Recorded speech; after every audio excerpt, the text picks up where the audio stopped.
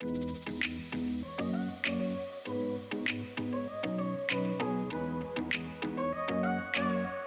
guys, welcome to Lauren.live. I'm super excited for today's guest. I have Asia Fadlon, and she is a hypnotherapist, and I was lucky enough to actually have a session with her, and I plan to have another one as well. But I'm so excited when she said yes that she wanted to be on the show because it's a really interesting topic, and I'm still learning a lot about it. I know there's people that are familiar with it, and then a lot of people that don't know about it, and that's why I wanted to have you on the show, was just to share this with people and let people know that this can either help them with different phobias or different things that they're going through. Also past life regression, which is what I did. And we'll get into the uses and why people do it, but I just think it's something that isn't talked a lot about, and enough about at least, and I think people are going to find this really interesting. So I want to dive in and just get started. Asia went to the Hypnosis Motivation Institute, and she has had her practice for about a year now, but she's been doing hypnotherapy for years. So thank you for being here, Asia. Thank you for having me. This is amazing. I'm really excited.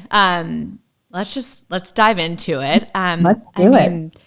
I think some people might know, but some people don't know. So can you just kind of describe what is hypnotherapy?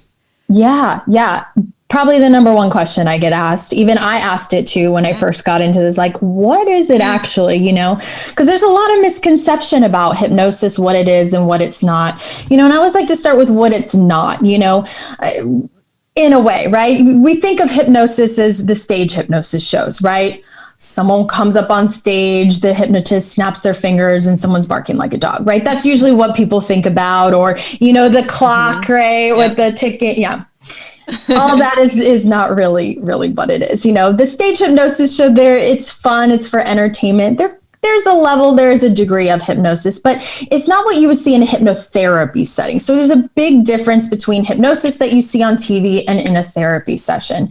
And so hypnosis itself it's actually a natural state that we all go in and out of many times throughout the day. So we've all, as a human race, have been in hypnosis before. We just don't realize that that's what we call it, right, as hypnotherapists. And the perfect example is right before we go to sleep at night. So it's that stage, when you're kind of drifting into sleep, you're not quite asleep yet, but you're not really awake either. Maybe you're laying there and you can hear things in the background, but you have no desire to open your eyes whatsoever, right? That kind of in-between state. That is the perfect state of hypnosis.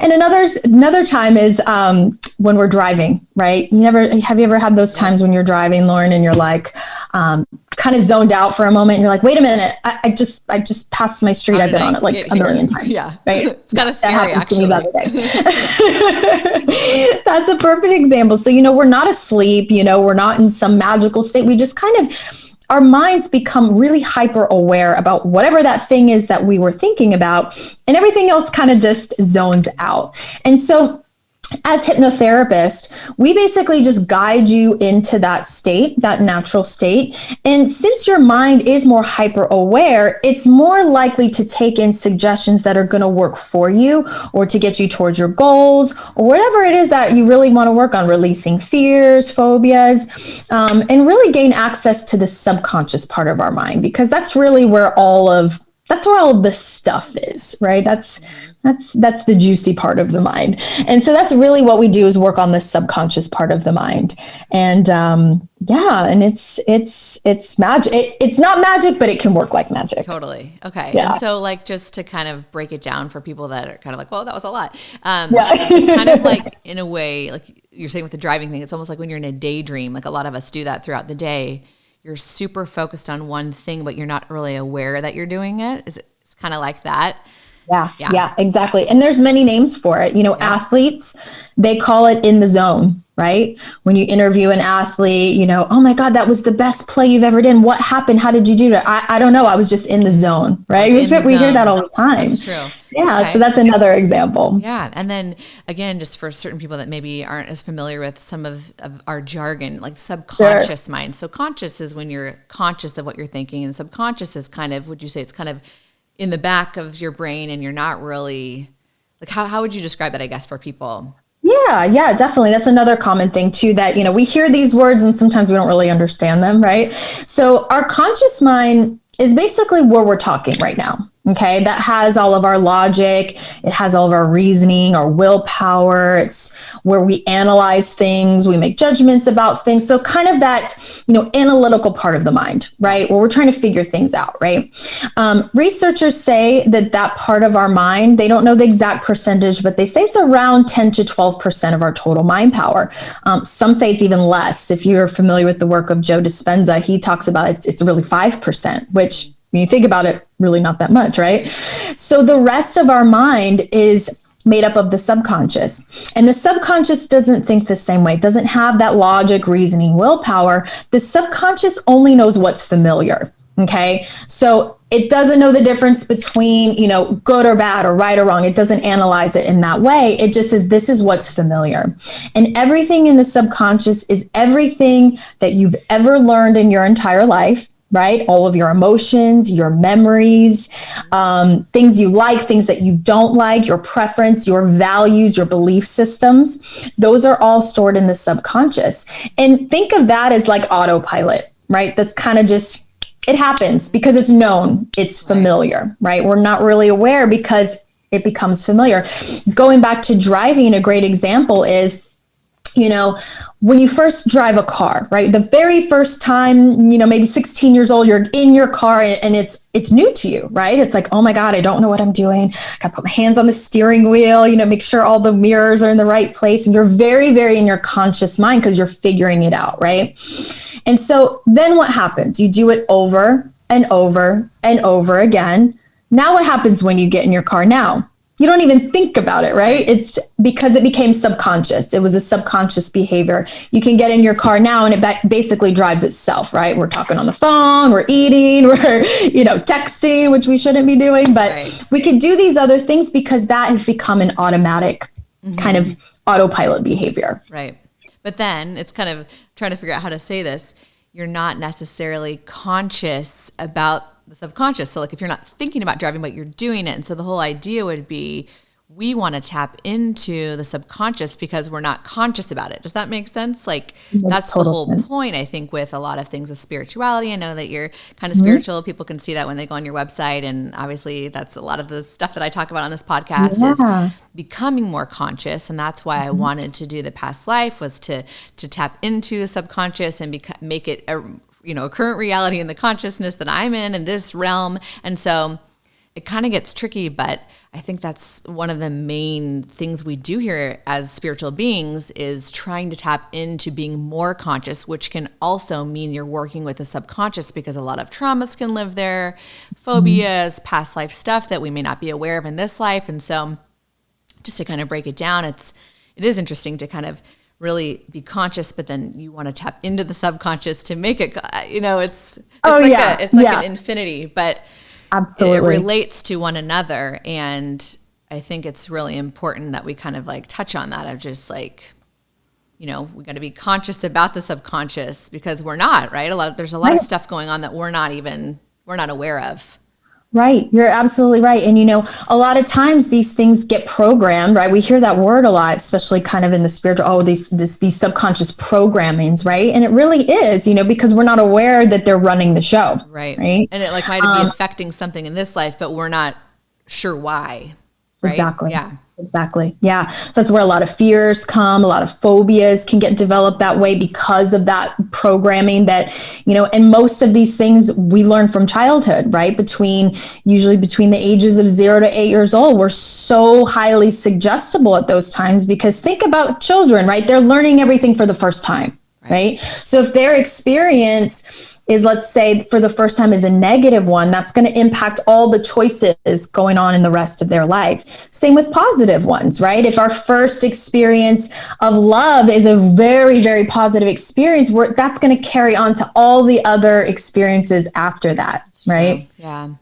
So do you find when you do readings for people that either oftentimes traumas, either positive or also good things too, situations and events, come up from childhood or past lives, and that often relates to something that someone's experiencing or struggling with currently now? Mm-hmm. Okay. Yeah. I would say 9 times out of 10, it's usually from childhood. Yeah. It's usually from childhood. It's not always so obvious. It's not always so evident, but the great thing, what I love about hypnosis is when you start doing these sessions, if it's something that somebody really, wants to focus on and really kind of dive into, it uncovers in the best way that's meant for them, right? We'll never kind of guide them into something that they're not ready for, sure. Right? Because if the mind's not ready, it's not ready. Right. And that's, we do have to respect that in that way. That's true. Yeah. Interesting. Very cool. Yeah. Well, so kind of, we talked a second about this earlier, but, what are some of the reasons that people do it? Mm-hmm. Maybe you could list some of the most common things that you see people for, and even some random things that maybe people had no idea you could treat through, hypnosis. Sure. I think the most common thing, and that, what people hear a lot is smoking, right? Quitting smoking. That's probably the number one thing that people reach out for hypnosis for. Weight loss is another one. Sports performance. I would say those are probably the top 3 biggest ones that people are kind of just have heard of. But I will say probably 95% of the people who come into my office are dealing with some sort of anxiety, whether they know that it's an anxiety or not. And it's not anxiety like in a diagnosable way, but anxiety around something. So it could be a fear. Again, it could be a phobia. There's a level of anxiety around whatever that thing is.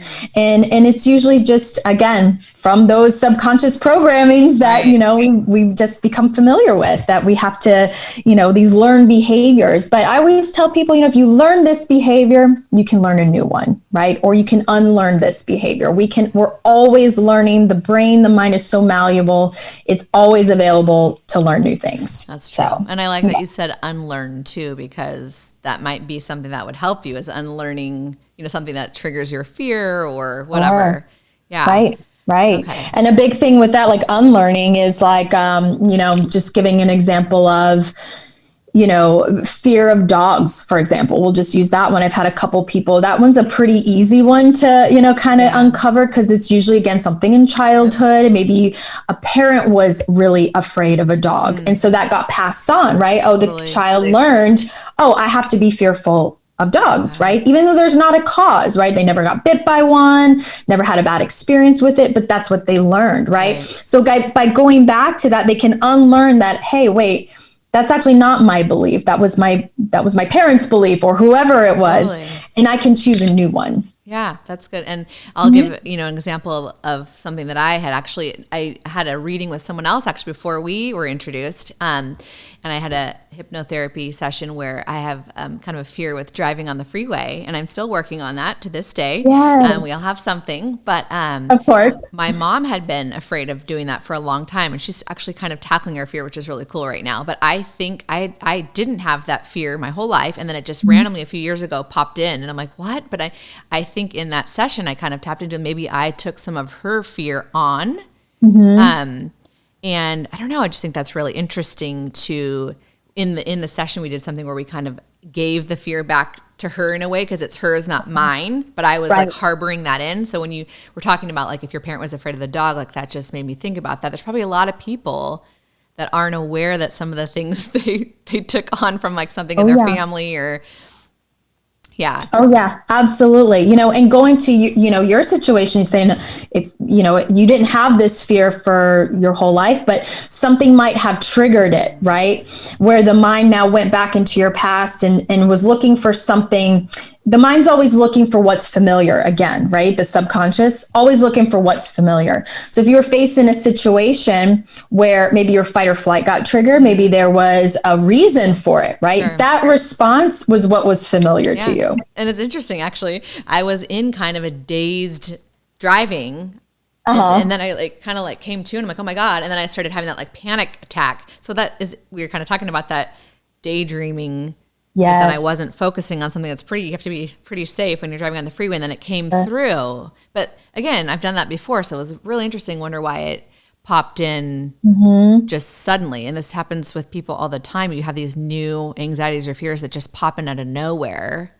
Right. It's just weird how that works. All the time. And, in hypnosis, with that example, right, it's, we as hypnotherapists, we obviously use this tool for, positive change, right. But it can work just the opposite, right? We can accidentally put ourselves in hypnosis and hypnotize ourselves in a negative way, right? So when you're in that trancey state, whatever you were thinking about, maybe something was going on in your life or whatever you were thinking about in that moment, probably kind of seeped into the subconscious and it related it to what was going on in your outer surroundings. So driving, right? Yeah. It had nothing to do really with the driving itself, but whatever was the response at that time. That's really interesting. Wow. And it just shows the power of the mind. Again, like you said, we can do it in a positive way, or things can creep in kind of a negative way. It just shows the power. But the whole point of this is, hopefully in a positive way, we're able to shift, right? So the power of the mind, the power of being conscious, the power of diving into the subconsciousness. That's why we're even talking today. It's just such a cool thing that this is such a neat tool that we can use to help people. Oh, yes. Yeah. Oh, yes. Yeah. And everyone has the ability to do it. That's another thing people ask me all the time is, I don't know if I can be hypnotized. I don't know if I'm hypnotizable. I don't know if I'm suggestible, but we all are. Every single one of us are, like I said, we've all put ourselves in hypnosis, so to say, right? Yeah. But, if somebody is not open to the idea of hypnotherapy with a hypnotherapist, it might not work for them, right? And that's okay too, because you can't make somebody do something that they don't want to, right? So like when people call me and they say, make my husband stop smoking, I'm like, it doesn't really work that way. Totally. I wish I could do that. Yeah. But, if he doesn't really want to quit, or if this is not an idea that he's open to, it just won't work. Yeah, that's true. Yeah. Wow. Well, and I'm glad you talked about that because, again, I just want to shed light on this isn't some scary, voodoo thing you're talking about. I did it. I was very calm. It's in a way, from my experience, it was a meditative state, and you walked me through that. You were kind of coaching me through that. You had some tools and maybe things that I wouldn't have thought about doing. And it was very relaxing and interesting. It can also feel vulnerable. But yeah, it's gentle. And, I think we talked about if it's too much, I can signal that and you can get me out of it. And, I think I don't want there to be a misconception on this. It's this crazy, witchy, thing. It's really actually peaceful, relaxing, and it can trigger things, of course, for different people that are working on things that are hard for them. But the idea is that it's healing and that you're here to support. And one last thing I'll say too, I think a lot of people think you're in the zone and you're stuck in it until you say okay, you're out with a snap. Right. But I could hear things my baby was downstairs with my husband and I could hear it for a second, the crying, but I was still in that relaxed state. So you're still aware of things going around you. So it's not this scary situation, but you are in a very kind of deep, relaxed state for it to really work, I think. Absolutely. Right? Yeah. Absolutely. Yeah. Because if you think about, I always like to tell people too, hypnosis is really a learning state when you think about it, right? If you are under a state of stress, right? If you're under a state of constant anxiety, stress, is it going to be easier or harder to learn new things? Probably harder, right? Because your mind and your body, all this energy is going towards other things, right? Maybe survival modes, right? But if you're in a relaxed, calm state, the body's calm, the mind's calm, now it's more open and receptive to learning new things. That's really all it is at the end of the day. Yeah, that is true. Yeah. Cool. Okay, so we kind of talked a little bit about some of the things, addictions, smoking. Obviously, there's a ton of different addictions, different fears, phobias. There's a ton. I was looking on your website, tons of different phobias. Tons. Yeah. The list is endless. I know. And just different, physical ailments. I was even looking on your site. It says something like skin problems. I mean, it's amazing, all the different things. Yeah. So and I'm glad you brought that up because that's actually how I got into being a hypnotherapist. I was actually an esthetician for 15 years, and that's what led me down my path as becoming a hypnotherapist. That's quite the shift. Yeah. So I became an esthetician I was like 19, and I loved beauty. I love the beauty industry, products, what girl doesn't, Yeah. right? But it wasn't until I was about 22 when I was working as an esthetician and my skin, which I never had problems with, literally just freaked out. I mean, if you were to see pictures of me back then, you'd be like, that's not you. Wow. Just wow. breakouts everywhere, Yeah. all over my face, right? And it dawned on me, I'm like, I'm an esthetician. I'm doing all the things I'm supposed to be doing, right? Products, facials, this, diet, whatever. And nothing's working. Actually, it's getting worse. So there's got to be something different here, right?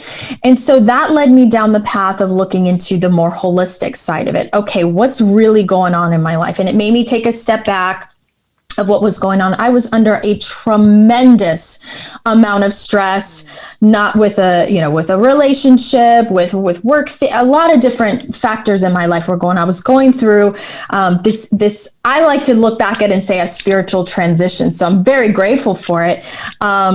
But it really opened up my eyes to a lot of things. And so it took me a couple years to kind of get out of it. But the second I decided that I wasn't going to live like that anymore and let go of the stress, let go of the things that were stressing me, that were outside of my control, literally my skin cleared up. Wow. Without changing anything. I quit the job. I left the relationship. I started taking care of myself, did nothing different to my skin as far as products or anything, facials, none of that changed. And literally it was almost overnight. Wow. Like that's how drastic it was. And I was like, wow, there's something to this, obviously, Yeah. And so that led me on a journey for the next couple years. I did some traveling, did some other, I was a makeup artist for a while and kind of just, was finding myself basically. And then I was working for a company here in Los Angeles for many years, which I loved. And it just got to the point, where I was talking to clients and I kind of hit a wall, right? Where, I knew these things, these principles and these deeper, kind of principles, right? Or beliefs that your mind has so much more powerful things than just products and things like that. But it's hard to articulate that, especially when you're working in settings that don't support it. And so yeah, I just found the Hypnosis Motivation Institute, and it really just started off as a curiosity, right? Ooh, like that's interesting, and then that led me down one path to the next path that I got to where I am today. So that's very grateful for that experience. That's a very cool story. Wow. Yeah. And I mean, the power of the mind is incredible. I talk about that a lot with manifestation or just like spirituality. And there are people out there that cure diseases and cure themselves of crazy things when doctors haven't been able to help them, all through meditation, hypnotherapy, spiritual practices. So, there's definitely something to it. And your story is one of many, I'm sure, but it's pretty cool. Yeah. Well, the body follows the mind, right? We're kind of trained that it's the other way around, right? But it's really the opposite. It's, a great example is with athletes. You hear this all the time, like, a football player was in like the most important game of his life, last play, and he's playing on a broken ankle and he has no idea. He has no idea until the game's over, right? He never felt pain. Yeah. That's insane. Right? Yeah. Or, people that run marathons that are exhausted, but a lot of them say it's a mental space. Like you just do it, you go, it's not just physical. It's definitely, there's a lot up here. Right. Yeah. I wish we were taught that more. Like you said, we're trained, and that's a lot of this podcast. I talk about that too. Just like we're trained and kind of conditioned in our society and culture, and not to be negative, that's just, we're doing the best that we can, but to become more conscious of this, that our mind is so powerful, the way that we think, and I don't know, it's definitely more than just physical, like the athlete, or I don't know. I'm just glad that we're talking about this, because the mind needs to, I wish that children were taught this in schools. Like, think how different our world would function if we all could just tap into our inner deep self, and we could change so much. Oh my gosh, I know. And Yeah. children they're so open. They're Yeah. so open and they can, right? And Yeah. again, it's, I think I was listening to another podcast and I can't remember who it was, but they said something about, we're programmed to react with situations, right? That's just kind of what we're programmed to. But really it's about responding, right? Learning how to respond. And that's where the mental work comes in. Right. And I thought that was amazing. I was like, yeah, it's so true. That is true. Yeah. Yeah. Wow. Okay. Well, I definitely want to make sure we talk about this. So I want to get into this part of it. So as I said before, the reason that I had a session with Asia was I wanted to kind of see if I had any past life stuff that I could dig into. I am a big believer in reincarnation, and I was just curious about, if there was anything that would come, through. And so can you kind of talk a little bit about, and I'll share some of my experience too, just as like a real life example, but can you just talk about like the past life regression, like how it works? And I don't know if you want to share any cool stories. Obviously you can keep your patients privacy, but if you have like a permission to tell the story itself or whatever you want to share, I think it's a really interesting topic. It's one of my favorite things to talk about. And it's one of my favorite tools in the toolbox. I will say, I always tell everybody that it's just such a individual journey too. I've never had two experiences similar. Everyone has had such a unique experience for them. And so, with past lives, I think everybody's like has a fascination with it, right? Because it's something that there's no evidence, there's no scientific evidence saying that this exists, right? You could call it an ideology, you could call it a belief system, whatever, if you believe in past lives. And, it's not this necessarily that you have to believe in past lives, but just to be open to it or curious about it. I think that's really the only thing that's required for it. But these experts, right, who say past lives do exist. One is Dr. Brian Weiss. He's very famous. He wrote the book Many Lives, Many Masters. He talks about all the time that if these past lives do exist, meaning that we are a soul or a spirit traveling through each body, right? Our bodies don't last forever, but our spirits do, right? And so the subconscious is part of that spirit. And so it takes the memories with it to each life, right? And so being able to tap into that subconscious, you're able to tap into those memories too. And so a lot of times what it can do is help release a lot of fears that maybe have absolutely no origin whatsoever. An example of one, and I do have permission to talk about this one from a prior client, is she had dreams that she was falling out of an airplane. And it was a reoccurring dream over and over again. She knew exactly where it was, and it was the same thing over. And I said, did you watch any movies? Just to say, nope, never watched any movies. Okay. She knew exactly. And she just had a feeling or a sense that it was a past life, but never was able to fully experience the death scene. And so when we put her in hypnosis and we did the past life, she went right to that scene and was able to go through the actual death scene, go through the whole thing and take the lessons, take the experience, take the learnings from it to be able to release herself from that life. And not only did her anxiety went down, the dream stopped. She was able to just feel lighter, feel happier. So she was so grateful. And that was probably one of the coolest experiences, that I've been a part of. Go away. Yeah. The dream went away. Okay. Yeah. Wow. Yeah. I know. And that's in itself, right? That could be a whole nother episode of just studying dreams, but right. Usually things are coming through for a reason, whether it's something that's happening in your current life or maybe in your past life. So that's a good example. Exactly. Wow, exactly. Really yeah. And, and Dr. Brian Weiss, he talks about this a lot. And a lot of people who practice past life regression kind of all agree that, because when you think about our mind, we think about our memories from this life, right? We don't see them from, the third perspective. We're seeing it through our perspective of what happened at that time, right? So it's not a generalization. It's just what we interpreted at that time, right? And so when we experience past life memories, it can be the same, but it's not always so linear, like you're watching a movie, right? Oh, this is what's happening. You're kind of interpreting through those memories, right? And sometimes it could be a combination of the actual memories. Sometimes it could be your own imagination, and sometimes it might be a metaphor, right? But it really doesn't matter if you think about it from the end of the day, because the experience that you're having is happening for a reason, right? And whatever it is going to take you to help you move forward in this lifetime. And that's really the goal of past life regression, is to help you release things and to move forward with the learnings and the lessons in this lifetime. Right. Wow. Yeah. And I mean, there are obviously theories, with reincarnation, that we often come back and are working on the same things until we can master it, if you will, or get rid of a fear or whatever it may be. So that's interesting too, just like karmic wise. And, are you attracting the same thing in bad relationships over and over until you can figure it out, or you have an addiction and then you come back and you have that same addiction. And so I don't know, like it's fascinating to think about. Yeah.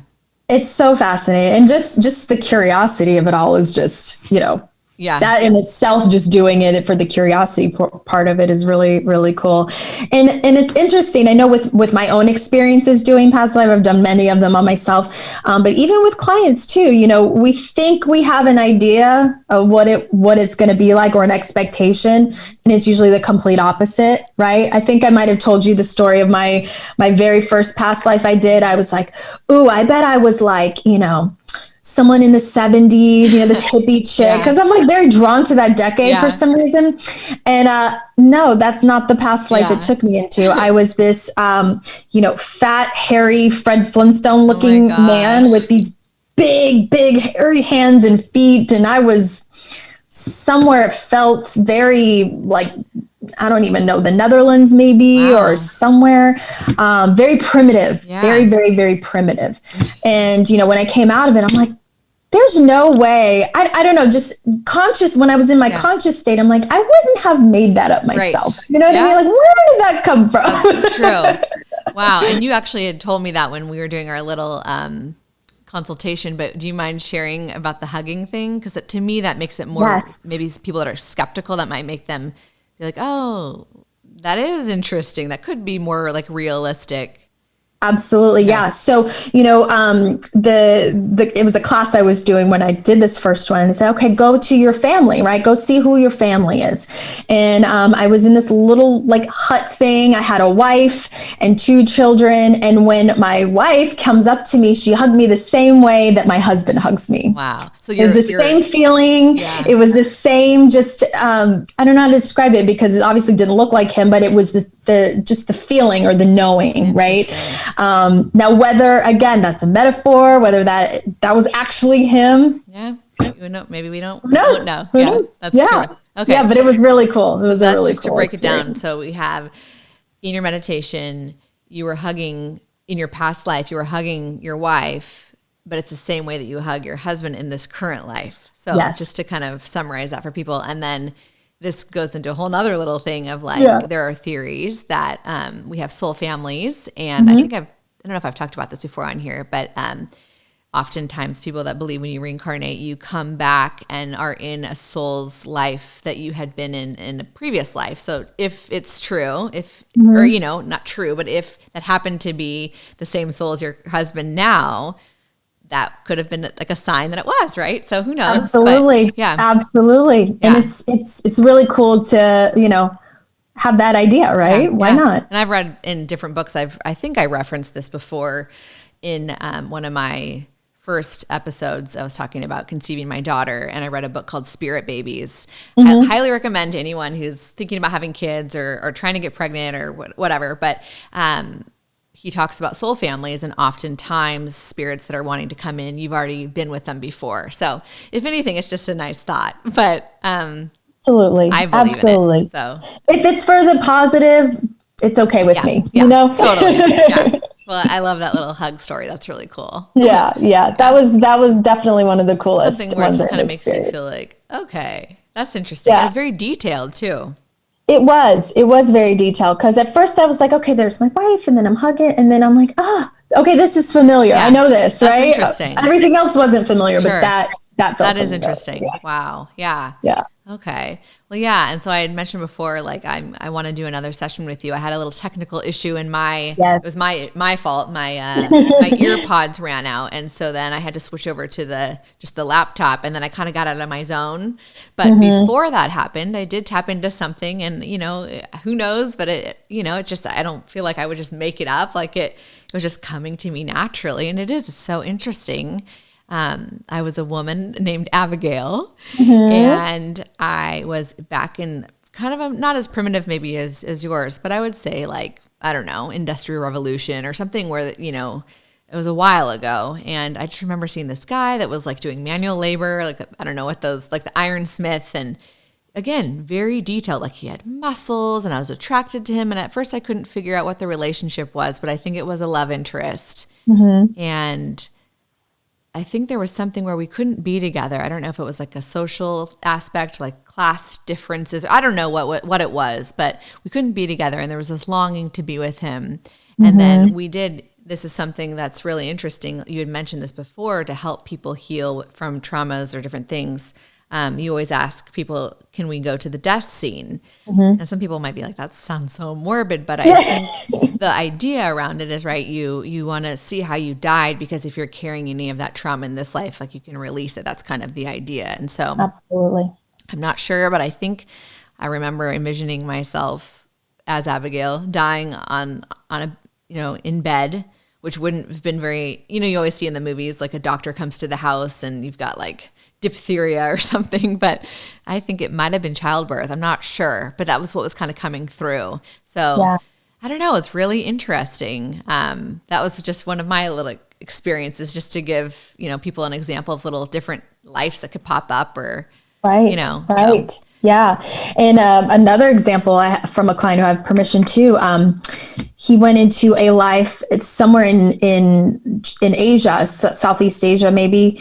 And he actually was chanting in a language that he had no idea what this language was. And he actually didn't have a memory of it. But, I record the past life portion just so people can go back and listen to it. And when he did go back and listen to it, he was like, are you sure that was me? Yeah, totally. I'm like, yeah, you just never know what can come out. So that is fascinating. Really cool. Wow. Yeah. Yeah. And that's also cool. Something that Asia does, and I'm sure other, hypnotherapists do too, is they record the session. So if you are interested, after listening to this, if this is piquing your interest and you want to do a book with Asia, she records it, which is really neat, because when you're in the moment, you may not remember everything, and it's nice to go back and listen to that. And I mean, correct me if I'm wrong, but from my other hypnotherapy that I did with someone else with driving, she told me to listen to that recording over and over. And there was a little meditation within it, because that kind of retrains your brain. So I think it's really helpful to go back and listen to it, whether you're doing it for a current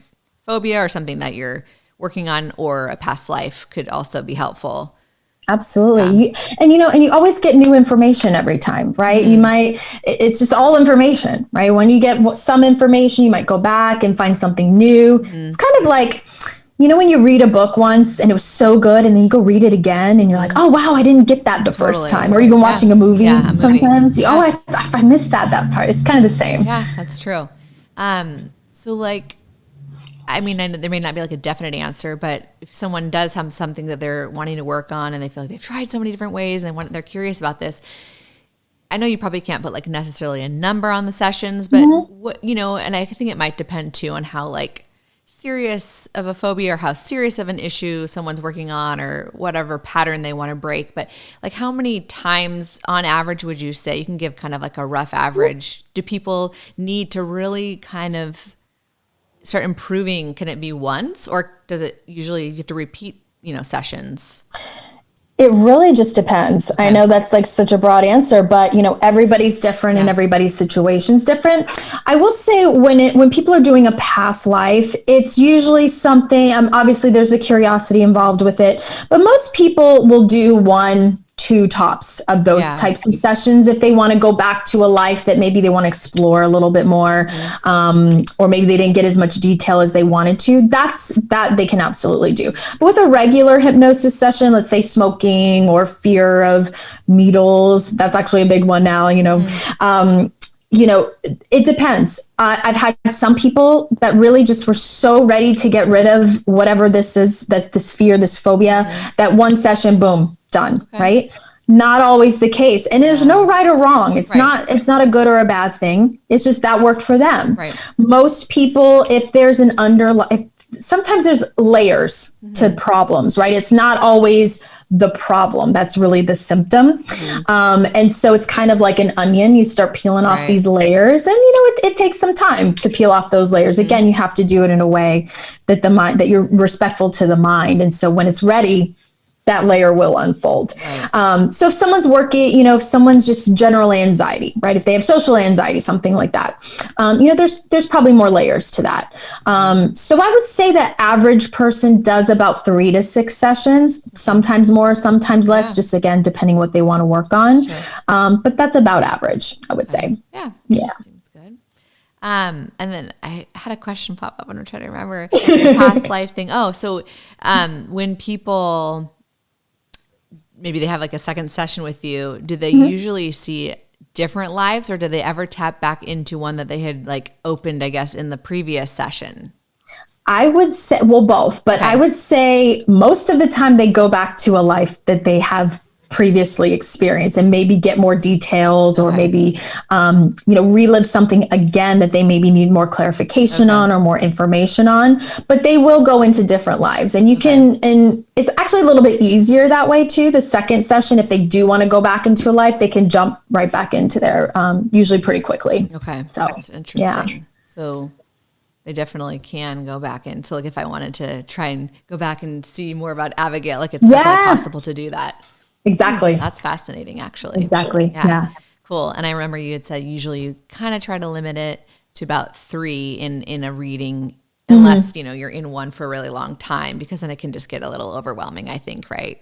Overwhelming. It's kind of tiring, traveling back that far back in time. So, you don't want to exhaust the mind too much. So I usually cut it off at 3. So 1 to 3 is average that people will experience in one session. Wow. That's really cool. And you said you can do this on yourself, right? You've done it. Yeah. I've gotten to the point where I can, I usually listen to a recording, or if I'm like already in the mental space to really guide myself, I can, and everybody experiences it differently, right? Like we were saying, some people see very vivid images, some people actually only hear things. I actually had a client the other day, was completely auditory. She heard her name being called. She heard people talking around her in like accents, but she never saw anything. Interesting. Right? But she had that experience. Some people are very kinesthetic, where they maybe just feel something that's going on, or a knowing that they know what's going on, even though they're not actually like seeing things. Intuitive feeling. Yeah. Exactly. So like my first session, or my first past life, was very visual. Yeah. Very visual, very kinesthetic. And I recently did a session on myself last week, and that one was more just the knowing, right? I did see some images, but they were very short glimpses. It was like a flash of a scene. So I wasn't watching it like a movie. It was just like a scene, a flash. But then I would have this like really strong knowing of just what was happening, why it was happening. It was interesting because that was the first time that had happened to me before. So cool. That was really cool. That's really interesting. Yeah. And it seems like, from your experience, right, if people are curious about past lives, there's like tons of them, right? I mean, there's people say you can have had thousands of experience, hundreds, but I mean, have you gotten to tap into quite a few? Yeah, I would say maybe 6 or 7 at this point. Okay. Yeah. That's 6 or 7. Yeah. Very interesting. And so they're so different too, which I always thought, you might have something similar each life, but no, sometimes I'm a man, sometimes I'm a woman. Sometimes I get the memory of being a child. Sometimes it's older. Yeah. You just really never know. That's fascinating. Yeah. And I mean, if you've follow things about reincarnation, you'll hear that you pick an experience. Again, these are all theories, but Right, you pick experiences that you need in that life for a reason. So that would fall under, where you live, your gender, maybe how you die, different relationships that you have. So it's quite fascinating. Yeah. It really is. I'm excited to do another one with you. We'll see what happens. Definitely. Very cool. Well, is there anything else that you feel like you get asked a lot or that you want people to know, or anything that we haven't touched on? I would probably keep talking about the past life thing. That's like my interest, but is there anything else that people ask you or that you find really interesting about this, or hypnotherapy, just anything?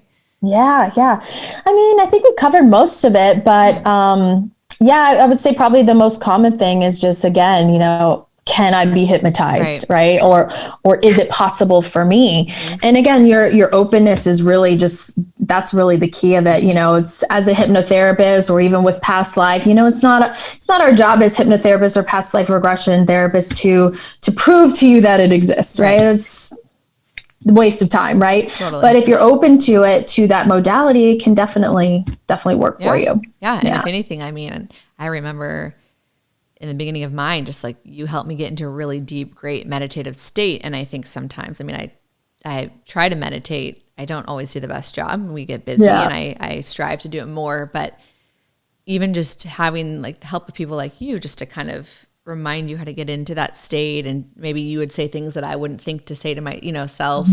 I just remember the physical part ailment, I was like, kind of sweating and like, I think I was nervous, but then I was able to really, really deeply relax. And sometimes it's hard to get there on your own. So even if people are looking to get tips on how to meditate and get into different states, like if you're curious about that, this could help with that too. Yeah, totally. Yeah. And that like that you were experiencing too, I remember that resistance, right? And that's just so nervous. Yeah. And that's normal. And that's totally normal, natural. And everybody really kind of has some of that to one degree or another. And it's important when you're going into hypnosis, because now you're getting past the knowns, right? You're getting past the knowns, you're going into the unknown. And that's when that's where all the good stuff is in the unknown. It's like a catch-22. We're scared of the unknown, but that's where all the answers are. You can't quite look away. Yeah. Totally. Yeah. Well, it was a really cool experience. So if anyone is curious, don't be afraid, and you can go at your own pace. You can, I think you can like raise your hand if it's too much, or like if you choose to want to do past life, you could do a death scene if you're curious, but if it's too much, you can stop. Like, there are things to kind of help you and go at your comfort level. But highly encourage anyone who's curious, whether it would be for something that you're trying to improve in your life, or a phobia or an addiction, or if you're just curious to see if maybe some past lives come through. I really encourage you. And Asia was great. So let people know how they can find you. For one. Yeah. You can find me. My website is asiafadlonhypnosis.com. There's tons of resources. There's actually a page on there of like over 200 things that hypnosis can help you with too. And that's not even all of them. There's even more than that, but just to give you an idea. Right. I'm on Instagram at asiafadlonhypnosis as well. And I would love to help anybody out. I just remembered a question too, that a lot of things that people ask me too is getting stuck in hypnosis or in a past life. That's a big fear that people have. And so you absolutely cannot, it's not even possible. You can't get stuck in hypnosis or a past life. You can't bring, bad energy back, or, spirits or things. That's some things that people have, had concerns about. Right. And so, if at any time, just going back to what you said, if you're uncomfortable, raise your hand or whatever, you just open up your eyes, you're in control the whole time. Yeah. I think that's a big misconception, is that you're out of control, but you really are in control the whole time. Definitely. Yeah. And for my story earlier, in my ear pod ran out. I obviously was like, shoot. Like I was aware of that, and I was able to take them out, turn the volume up on my laptop, and then it was harder to get back into my zone, but it proves that I wasn't stuck in some state. So it's fascinating, because you're in this deep relaxed state, but you're still aware of things going on to some degree. So exactly. Definitely. It's definitely not something to be feared. Right. Yeah, definitely. Right. cool. Yeah. Well, thanks for taking the time today. I hope people, learn some new things. And yes, thanks for having me. yeah, it's just there's so many different tools out there to help, whether we talked about it being something physical or a mental block or curiosity. There's many reasons to do hypnotherapy. So I hope this inspires people if they're working through something or curious about something to try it out, because, some people have tried regular therapy and maybe it's not working for them, and none of that means it's bad or good. It's just everyone has something that will help them differently, and it's worth exploring. Right. So right.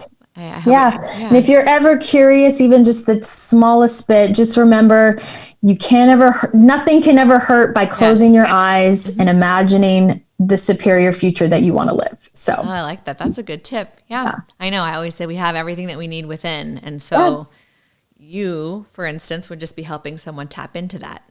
Maybe they haven't done that before, and so they're not quite sure how to do that. And so it's nice to have like a coach or someone like you to help. But yes, you can always close your eyes, take a deep breath and access infinite stuff. Obviously things that I didn't know existed when I had some crazy past life as Abigail, right? But yeah. I can't wait to see what Abigail wants to do next. I know, totally. Well, thank you so much, Asia. This is really fun. Thanks so much for having me, Lauren. Totally. Yeah. Okay, take care. You too.